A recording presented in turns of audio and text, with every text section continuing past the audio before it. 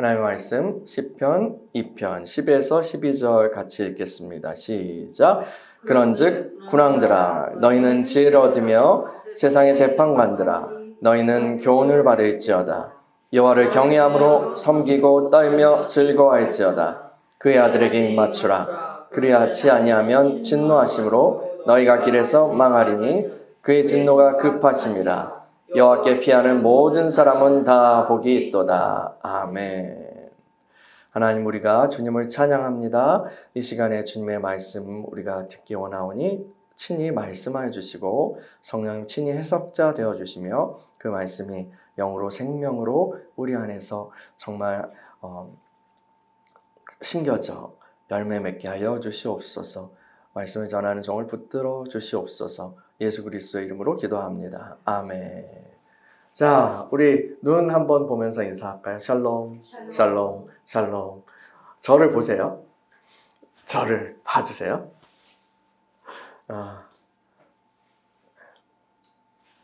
네, 1997년도에 나온 영화 중에 넘버 3라는 영화 있어요. 보셨어요? 너무 오래된 영화. 벌써 한 30년 됐어요. 그렇죠? 1997년이면. 와, 대단합니다. 시간이 엄청 빨라요. 이 송능한이라는 감독이 연출을 했어요. 그리고 거기 나온 배우들 기억하세요? 송강호, 한석규, 그리고 또 지금 최고 배우 최민식, 송강호, 최민식이 거기 나왔어요. 비중은 뭐 한석규가 제일 크죠. 근데 그 신 스틸러라고 하나요? 그 송강호 씨가, 제가 한석규라고 그랬어요? 송강호라고 했어요? 한석규 씨가 그 비중이 제일 크고 송강호 씨는 신 스틸러라고 할 수 있겠네요. 다 그 대사를 막 따라하고 그 코믹한 캐릭터 대사를 막 따라하고 난리도 아니었어요 그때요. 그래서 저는 제가 고등학생이었잖아요. 그때 고등학생이었는데 안 봐도 애들이 너무 많이 따라해가지고 본 것 같더라고요. 제가 이 영화를 좋아해요. 고상한 영화 아니에요. 고상한 영화 막 흐르는 강물처럼 이런 고상한 영화가 아닙니다. 이 영화는 굉장히 이제 코믹한 그 조폭 영화예요. 조폭 영화입니다. 근데 굉장히 독특한 분위기, 그리고 질리지 않는 그 캐릭터들의 그런 이야기 때문에 제가 정기적으로 봐요, 이 영화. 생각나면 한 번씩 봐요. 넷플릭스에 있거든요. 물론 여러분은 안 좋아하실 수 있어요. 이거 개인 취향이죠. 그 영화의 이제 주인공 한석규 씨인데 그 주인공은 태주라는 건달이에요. 건달인데 그 폭력 조직의 말단 조직원이죠. 근데 어느 날 조직의 보스가 테러를 당해요. 테러를 당하는 일이 발생합니다. 크게 다치는데 가까스로 목숨은 건져요. 사실 이 사건은 조직의 부두목이 두목을 제끼고 자기가 주목이 되고 싶어서 꾸민 그런 공작이었어요. 부두목은 다시 킬러를 보내서 이번엔 실수하지 마 해가지고 킬러 송강호 씨죠. 그 킬러를 보내가지고 다시 보스를 병원에 누워있는 보스를 죽이려고 시도해요. 그런데 한석규, 태주가 보스를 병원에서 막 급하게 대피시켜가지고 숨겨놔요. 나중에 이제 의식을 되찾은 보스 앞에 한석규가 이렇게 태주가 이제 찾아가는데 그 보스가 딱 의미심장하게 웃으면서 태주한테 이런 얘기를 해요. 쿠데타를 진압해야지. 태주야, 배워둬라. 이래서 히든 카드가 필요한 거야. 하면서 전화기를 딱 들어요. 옛날 전화기 들어요.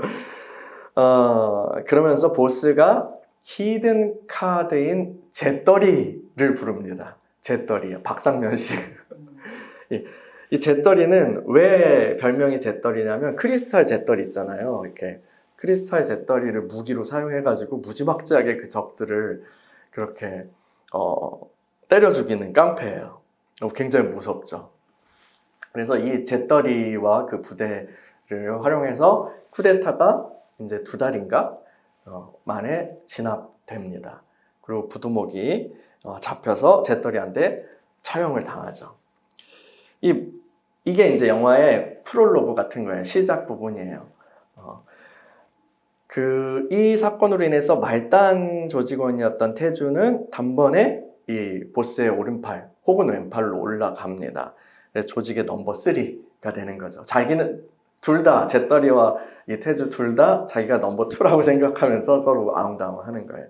이제 그게 영화가 시작돼서 이런저런 이야기들이 펼쳐지는데, 그대 행복한 사람이요. 오늘이 이제 두 번째 시간이잖아요.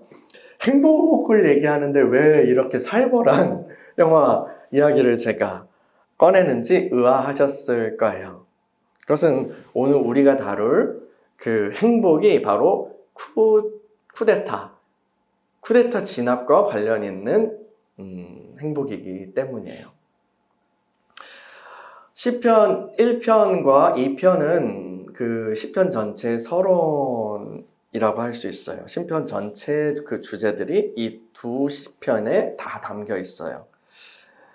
시편 1편은 어떤 나무를 보여주는 그런 시각이라면 시편 2편은 거시적인, 그래서 숲을 바라보는 그런 관점입니다.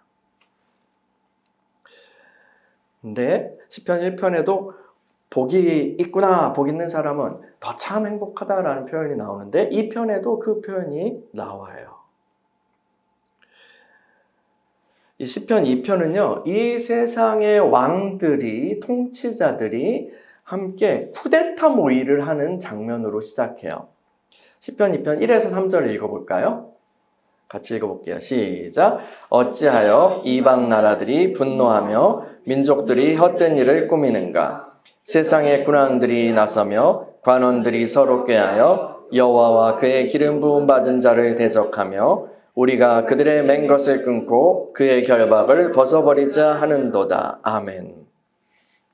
이 세상의 왕들 그리고 통치자들이 서로 동맹을 맺어요. 그리고 하나님을 이제 대적할 계획을 세웁니다. 그래서 전선을 쫙 짜고 하나님을 향해서 이렇게 싸우려고 하죠.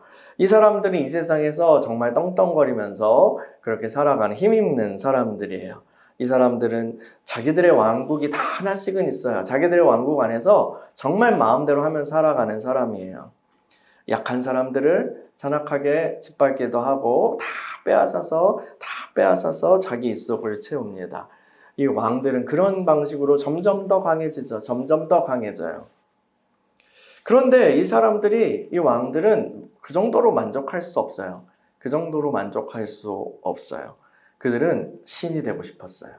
사실 자칭 신의 존재 혹은 신의 아들 존재라고 그렇게 사람들이 불러라 이런 식으로 하긴 하지만 그들은 알아요. 자기도 어떻게 할 수 없는 그 위에 권세가 있다는 사실을요. 하나님이죠. 근데 그 하나님의 그 권세와 하나님의 다스리심과 그 하나님의 영광마저 자기가 다 차지하고 싶었어요. 피조물이 가지는 여러 가지 한계가 있잖아요. 뭐예요? 그냥 수명이 닿으면 죽는다라는 그런 한계점 같은 거. 그런 한계에도 불구하고 이 사람들은 그 가질 수 없는 것을 가지려고 계속 노력해요. 가질 수 없는 걸 가지려고 노력해요. 하나님이라는 거추장스러운 존재로부터 완전히 벗어나길 원해요. 그래서 하나님께 반역을 시도하는 거죠. 사실 이러한 무모한 반역은 영적인 세계에서 먼저 일어났어요. 하나님을 찬양하던 영광스러운 천사가 있었어요. 그 천사는 하나님의 자리를 찬탈하기 위해서 전쟁을 일으키죠. 반란을 일으켰어요. 근데 반란은 진압되죠. 그 반란은 진압되고 그 반란을 일으켰던 천사와 거기에 함께했던 반란군들은 마귀와 귀신들이 되었어요. 이게 기독교 전통에서 악한 영을 이해하는 그런 이야기죠. 근데 하나님께서 이 세상을 창조하셨을 때 이 마귀와 귀신들은 다시 한번 반란을 획책해요. 이번에는 자기가 직접 하지 않고 대리 대리 전쟁을 하려고 해요. 강교한 뱀을 사용해서 하나님이 만드신 사랑스러운 그 사람을, 하나님이 너무나 사랑하시는 사람을 이제 유혹해요. 우리 이제 어린 예배 때 그 얘기 했잖아요. 그죠? 결국 뱀의 유혹에 넘어간 사람은 하나님의 말씀에 불순종하였고요. 그리고 죄를 범하고 쫓겨나요. 하나님과 관계가 끊어져요. 하나님께서는 뱀과 사람을 저주하세요. 낙원에서 쫓겨나요. 이때 사람이 저지른 죄는요. 이때 사람이 저지른 죄는 이걸 원죄라고 부르잖아요. 우리가요. 교리적으로. 이 죄는요. 단순히 도덕적인 차원의 죄가 아니에요. 도덕적인 그런 차원의 죄가 아니라 이거는 반역죄예요. 반역죄예요. 그것은 하나님께 쿠데타를 일으킨 마귀의 편에 서서 그 마귀의 편에 서서 하나님을 대적한 거예요. 하나님을 대적한 거예요. 그래서 아담의 타락 이후에 아담 안에 있는 모든 후손은 반역자의 자손인 거예요. 반역의 위치에 있는 거예요. 예전에요, 임금 조선시대에 영모를 꾀하다 들키면 어떻게 돼요? 삼족을 멸했어요. 삼족을 멸했어요. 가족들 다 싹 죽였어요. 중국에선 그거보다 더 많이 구족을 멸하기도 했대요. 심하죠? 근데 싹 완전히 다 멸했어요. 반역자에게 연결되었다는 이유만으로 죽는 거죠. 그래서 아담의 후손은 모두 반역자이고요. 하나님의 원수가 된 거예요. 그냥 하나님 반대편에 원수의 진영에 있는 거예요. 시편 2편이 묘사하는 세상의 왕들의 그 반란은 타락한 인류가 가지고 있는 이 반역적 특성들을 표현하는 거예요. 그 배후에는 마귀가 다스린 어둠의 왕국이 자리 잡고 있죠. 인류가 이루어낸 문명은요, 참으로 멋져요. 찬란한 문화를 우리가 꽃피웠잖아요. 그리고 사실 고대의 역사로부터 지금까지 봤으면 우리가 다 볼 수 없는 남아있지 않은 것도 있지만 그 유적들, 기록들 보면요, 어마어마해요. 고대 로마나 고대 바벨론 막 이런 곳들의 이야기들이 있잖아요. 세계 몇 대 불가사의 뭐 이런 건축물들 이런 거요. 근데 이제 특히나 우리가 살고 있는 현대라고 부르는 이 시대는 과학, 기술로 인해서 정말 많은 게 달라졌어요. 그죠? 마법같이 개선됐어요. 지금 저와 여러분 같이 평범한 그런 시민들의 삶이 과거 조선의 왕들의 삶보다 훨씬 더 안락한 편안한 생활을 하고 있다는 거예요. 놀랍죠? 그런데요, 이렇게 찬란한 문명이 꽃필 때마다 인류는 어리석은 선택을 해요. 더 가지려고, 더 강해지려고 탐욕을 부려요. 그 정점에 있는 그런 지도자들은 스스로 신과 같은 존재라는 착각에 빠져요. 죽음조차도 어떻게든 피해보려고 막 하잖아요. 제가 성장한 그런 시대는요, 여러분이 같이 우리가 살았던 이 시대요. 20세기 후반 그리고 21세기 초반. 이 시대는 굉장히 아주 잠깐 동안 평화로운 시대였어요. 평화로운 시대였습니다. 왜요? 그 직전에 인류가 2번의 어마어마한 세계대전을 경험했거든요. 그래서 완전 트라우마에 빠진 후였거든요. 충격을 받은 후였거든요. 그런데요, 45년에 끝났나요? 그 이후에 이제 쿨타임이 100년도 채 되지 않았는데 쿨타임이 지난 것 같아요. 다시 사람들은 야만의 시대로, 전쟁의 시대로 돌아가고 싶어 합니다. 서로를 미워하고 죽이고 힘으로 누르고 군림하는, 빼앗는 그런 시대예요. 사실 이렇게 해서 전쟁해가지고 어마어마한 상처를 겪었잖아요. 이게 인간인가? 이게 악마인가? 하는 그런 걸 경험하고 완전히 자신감을 잃었었거든요. 인류가요. 그 직전에는 자신감으로 뿜뿜했어요. 우리 과학기술로, 우리의 이성으로 유토피아를 만들 수 있어. 이렇게 자신감이 뿜뿜했다고요. 그런데 2번 그렇게 전쟁을 겪고 나서는 자신감, 우리 이거 부질없구나. 이렇게 됐어요. 근데 쿨타임이 지나서 다시 글로 가는 거예요. 사람들의 생각도 그냥 야만적으로 되어가요. 야만적으로요. 노골적으로 증오와 탐욕을 드러내는 그런 쪽도 있고요. 한편으로는 또 고상한 척을 하는데 사실은 그 뒤는 구린 그런 쪽도 있죠. 어쨌든 다 같은 방향으로 야만의 시대로 흘러가고 있는 것 같아요. 그거를 막기 위해서 안간힘을 쓰는 사람들도 있지만요. 이 방향은 결국 하나님을 대적하는 방향으로 가는 거예요. 나방들이 그 불을 향해서 뛰어드는 것처럼요. 이 사람들은 실상 신을 믿지 않죠. 각자가 원하고 바라는 것이 곧 그들의 신이에요. 신의 이름을 얘기하지만 심지어 예수 그리스도 혹은 하나님의 이야기를 하는 것처럼 들리지만 사실은 신을 믿지 않습니다.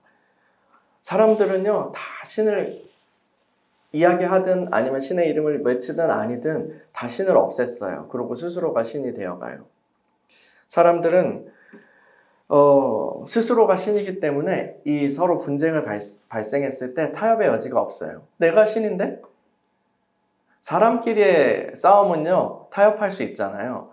근데 내가 신인데? 라고 얘기하는 그런 사람들의 태도에서 분쟁이 발생하면 어느 한쪽을 끝내야만 하는 거예요. 어느 한쪽이 그냥 절멸되어야 하는 거예요. 여러분, 음모론적인 종말론을 좋아하는 사람들이 있어요.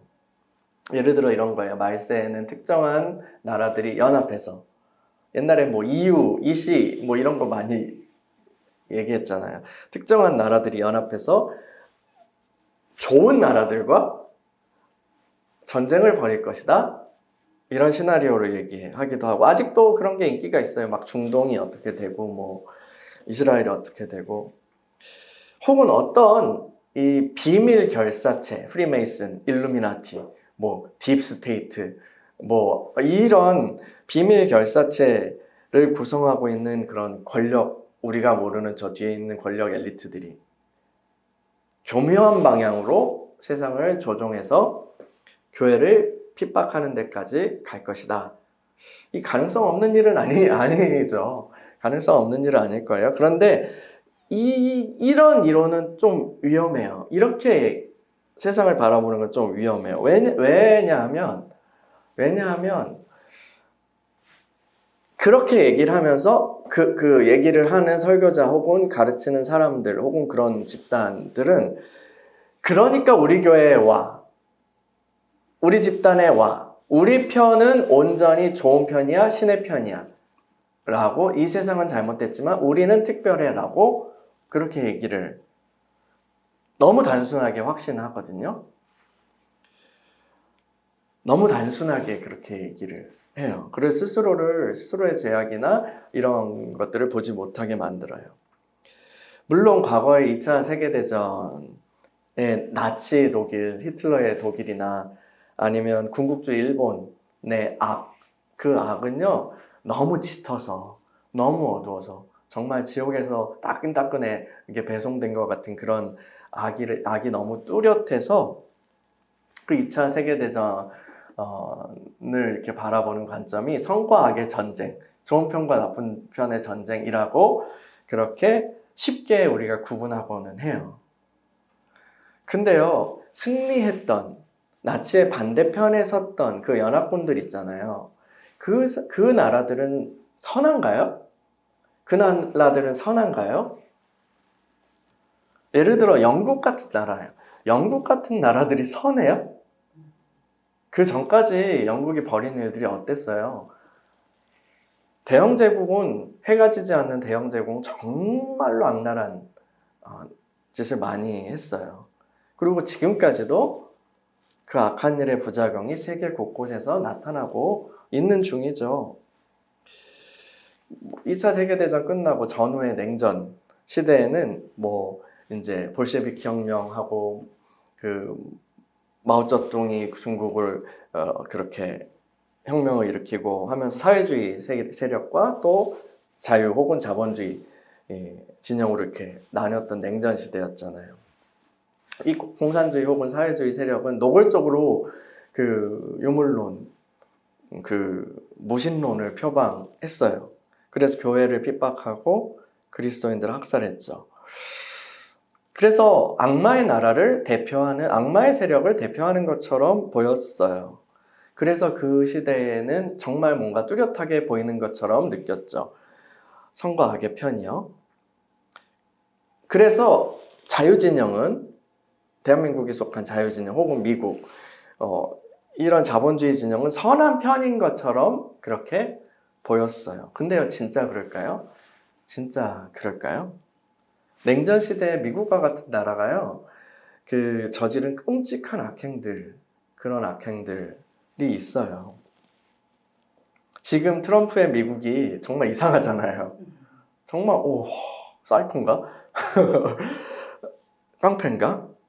이상한 짓을 하는 것처럼 보이지만 사실 미국은 계속 그러한 짓을 해왔어요. 그런 나라였어요. 그런데 이제 더 이상 위선조차도 떨지 않는 시대가 된 거죠.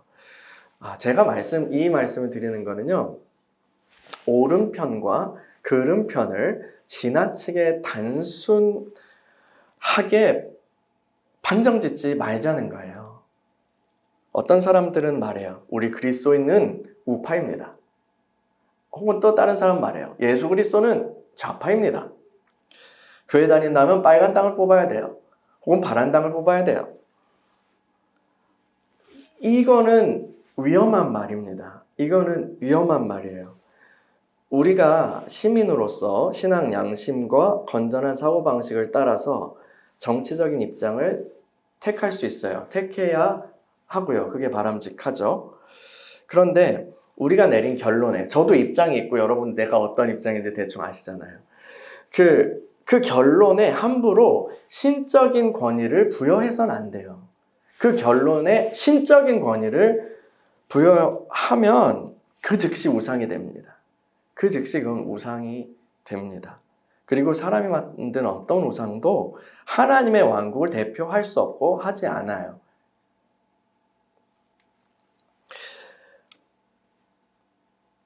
하나님의 왕국, 주님께서는 내 나라는, 내 왕국은 이 땅에, 이 세상에 속하지 않았어 라고 말씀하셨어요. 하나님께서는 하늘에 계십니다. 그분의 보좌는 하늘에 있어요. 하늘이요. 하나님은 그저 왕들 중에, 이 세상의 왕들 중에 하나가 아니십니다. 왕들 중에 가장 센 왕이 아니세요. 이 세상의 왕들 중에 가장 강한 왕이 아니시라고요. 그리고 신들 중에 하나가 아니십니다. 그분은 왕 위의 왕이시고 신들 위의 신으로 불리시죠. 사실은 그분은 유일하신 왕이고 유일하신 오직 한 분이신 하나님이십니다. 세상의 왕들이 반란을 획책할 때 하나님은 큰일 났네. 큰일 났는데 장군 불러. 미가엘 장군 불러. 이렇게 당황하지 않으십니다. 어떻게 반응하세요? 하나님은 그 왕들의 반란을 보고 어떻게 반응하세요? 비웃으십니다.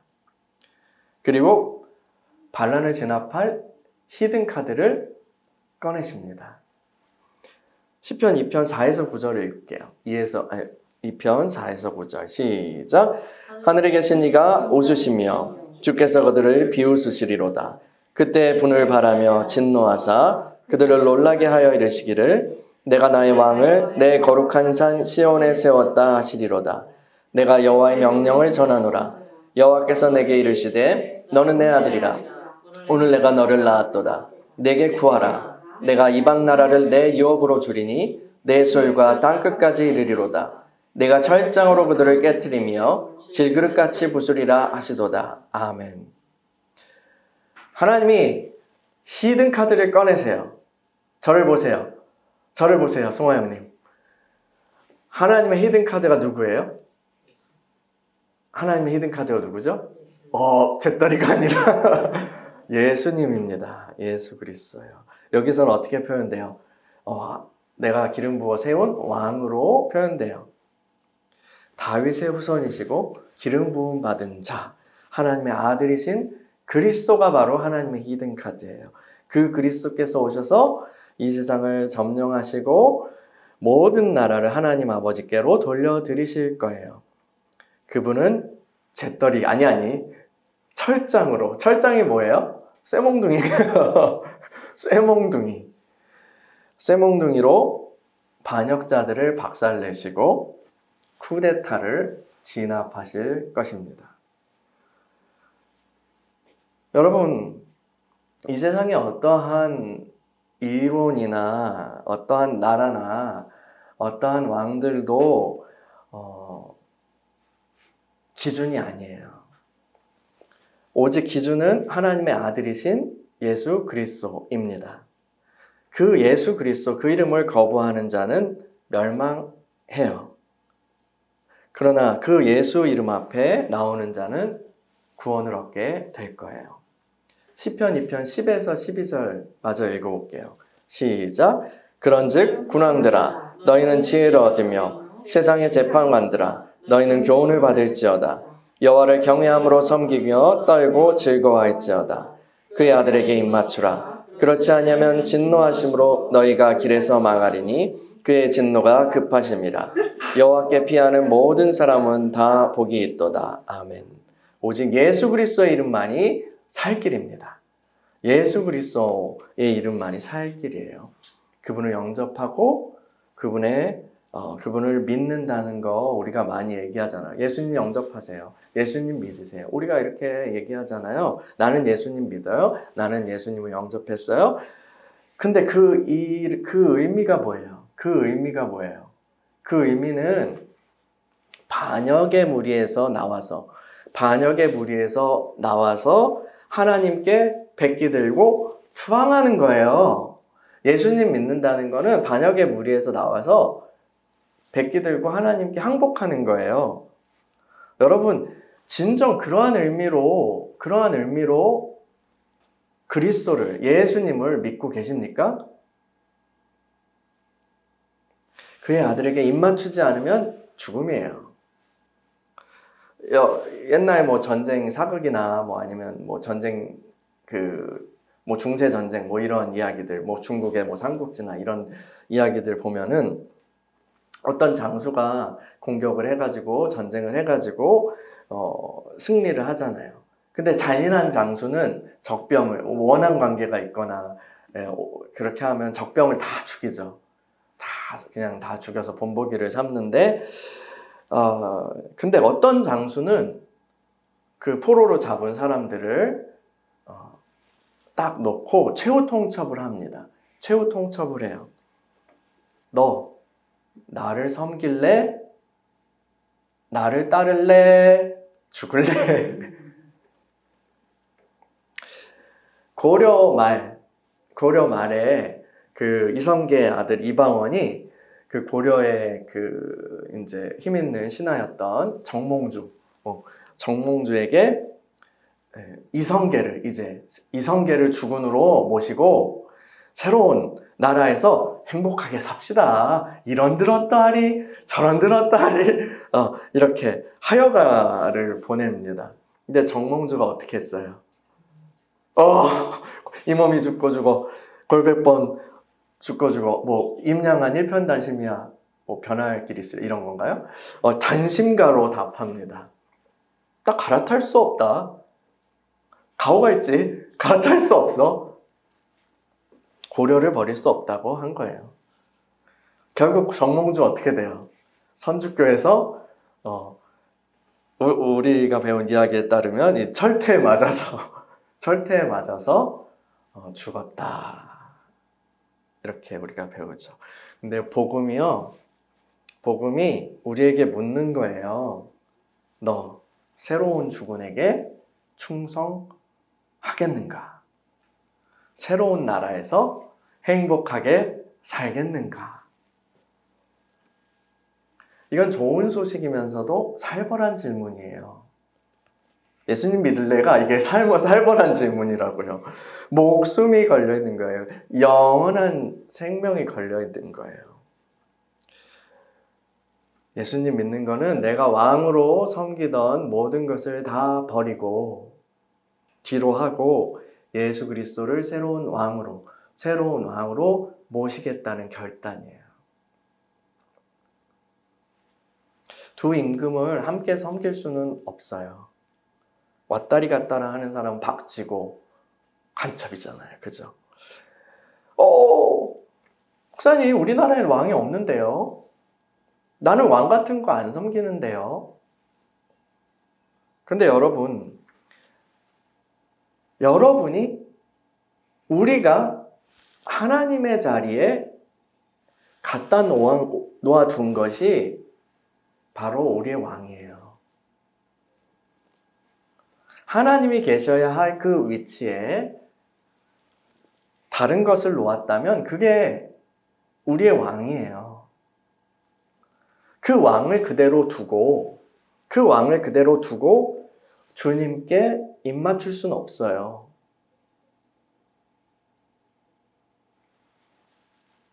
그 왕을 그대로 두고 주님께 입맞출 수 없다고요. 말로는 충성을 맹세합니다.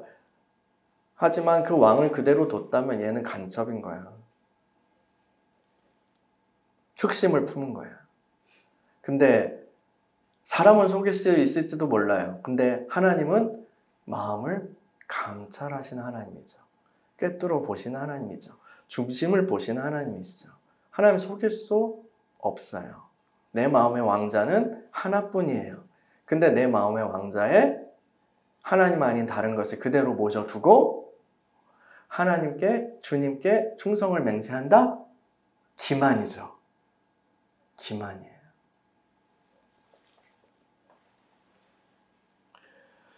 근데 그 하나님의 자리에 결국은 앉아있는 존재는 무엇일까? 파고파고 살펴보면 결국은 나예요. 나. 아담 이후로 모든 사람은 자기가 왕이 되어서 살아가요. 내가 왕이 되어 살아가요. 우상을 만들어 섬기는 것도요, 결국은 자신이 원하는 것을 이루기 위한 그런 수단이에요. 우리가 예수님의 이름을 부르고 예배하고 기도한다고 하여도 내 마음의 왕자에 앉아서 왕노릇하고 있을 수 있어요. 내 기분, 내 생각, 내 뜻, 내 안위, 내 욕망, 내 체면을 위해서 모든 것이 존재해야 한다고 생각하는 그 마음, 그것이 바로 내가 내 왕자에 앉아 있는 거죠. 거기서부터 나오는 거예요.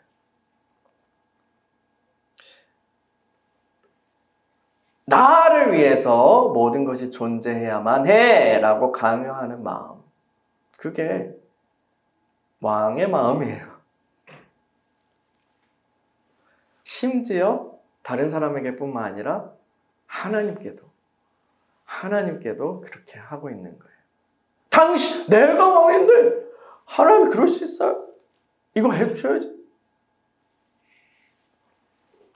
그건 예수님께 항복한 것이 아닙니다. 그것은 항복한 것이 아니에요. 곧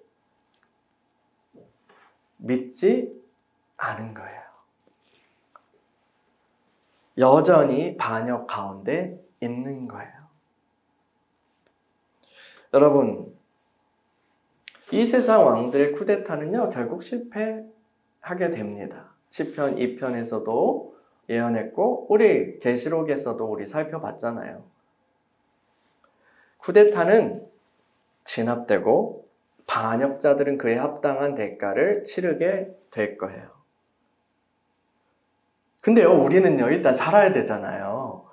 우리는 살아야 되잖아요. 정몽수처럼 그렇게 가오 잡을 필요도 없어요. 하나님께서는 우리에게 살 길을 열어주셨어요. 항복하면 살려주신다고 말씀하셨다니까요. 예수님께 입맞추는 자는 살 것입니다.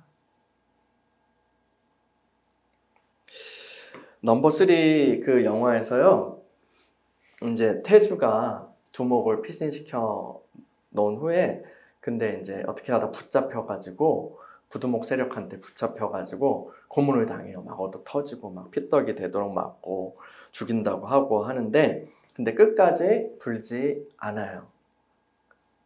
근데 불행 중 다행으로 이 부두목이 고용한 킬러가, 송강호 씨, 그 킬러가 태주의 고아원 친구인 거야.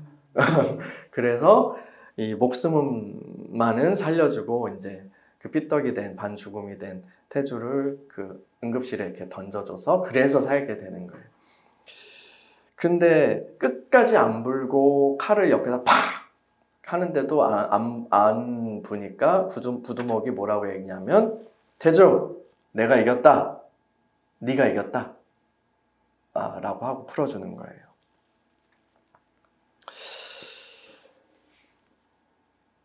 이 세상은요, 주님의 편에 선 사람을 그냥 두지 않습니다. 주님의 편에 선 사람을 그냥 두지 않아요. 왜요? 그들의 입장에서 우리 이탈자거든요. 배신자거든요.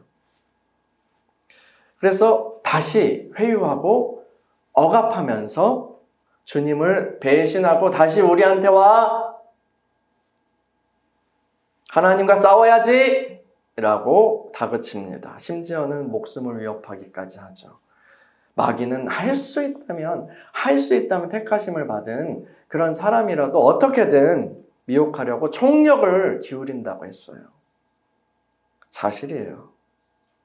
그러나 끝까지 충성을 다하고 의리를 지키는 자는 생명을 얻게 될 것입니다.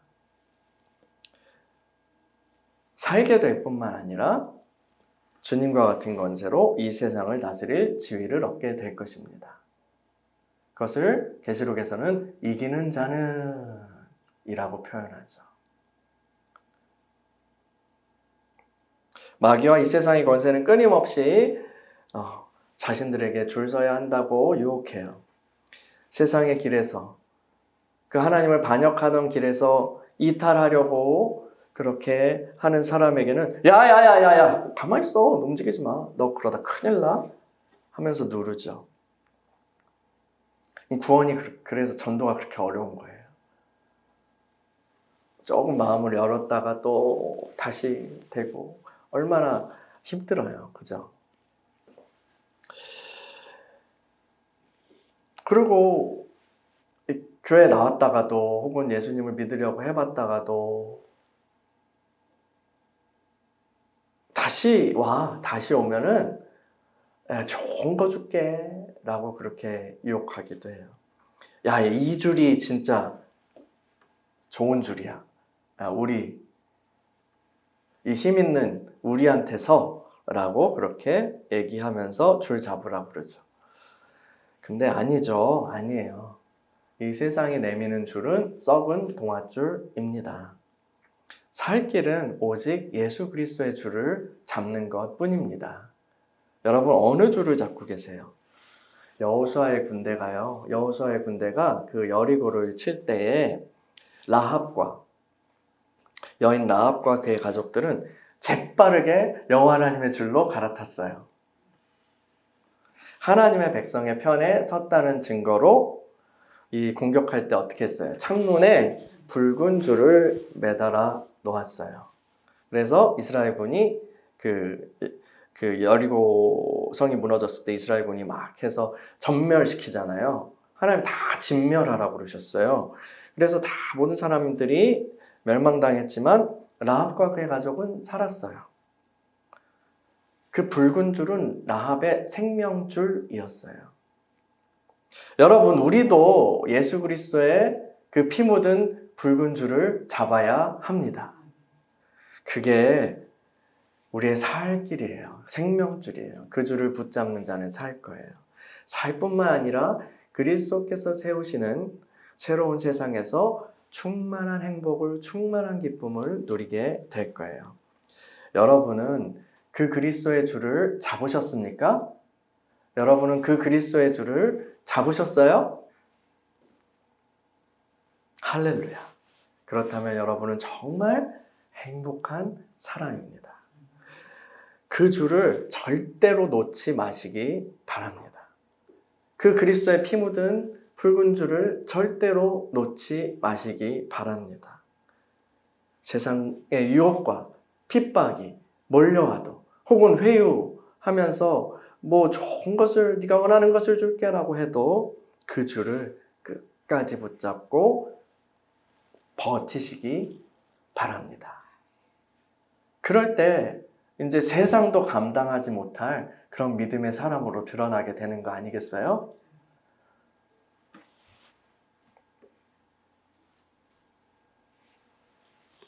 마지막으로 우리 시편 12절을 큰 소리로 읽겠습니다. 시편 2편 12절이요. 같이 읽겠습니다. 시작.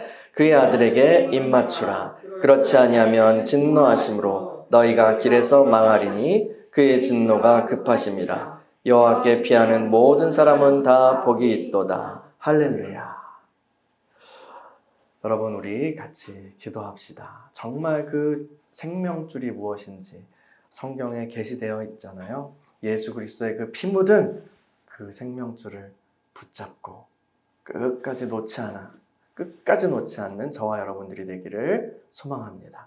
그래서 참으로 행복한 주인공이 되기를 원합니다. 우리가 다른 곳으로 피하지 않고 오직 주님께로 피하기를 원합니다. 그래서 이 세상으로부터 그러한 얘기 들어야 되지 않겠어요? 화배가 네가 이겼다.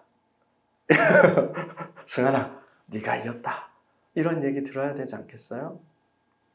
여러분, 이 시간에 우리 같이 기도하려고 해요.